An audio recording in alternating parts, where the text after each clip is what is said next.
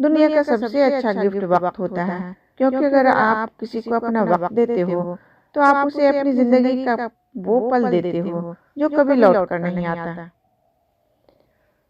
بھروسہ خود پر کرو تو طاقت بن جاتی ہے، دوسروں پر کرو تو کمزوری بن جاتی ہے۔ دوست وہ ہوتا ہے جو آپ کے بارے میں سب کچھ جانتے ہوئے بھی آپ سے پیار کرتا ہے۔ جو لوگوں کا درد محسوس کرتے ہیں وہ کبھی دوسروں کی درد کی وجہ نہیں بنتے۔ جب لوگ راستے الگ کرنے کا فیصلہ کر لیتے ہیں تو سب سے پہلے وہ رابطے کم کر دیتے ہیں۔ حسد ایک زہر ہے جسے انسان خود پیتا ہے اور توقع دوسرے کی مرنے کی کرتا ہے۔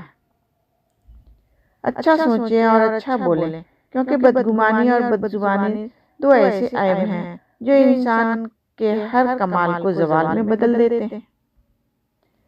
دوسروں کو اپنے مال، اسباب، عہدوں سے نہیں، اپنے اخلاق، کردار اور نیک عمل سے مرعوب کریں۔ کچھ لوگوں سے نفرت نہیں ہوتی، بس ان کی کچھ باتیں سوچ کر ان کو محبت دینا مشکل ہو جاتا ہے۔ بڑا کام وہی شخص کر سکتا ہے جو خود کو چھوٹا کرنے پر راضی کر لے۔ تکلیف میں صبر سے کام لو، کیونکہ سونے کو آگ سے آزمایا جاتا ہے اور مومن کو تکلیف سے۔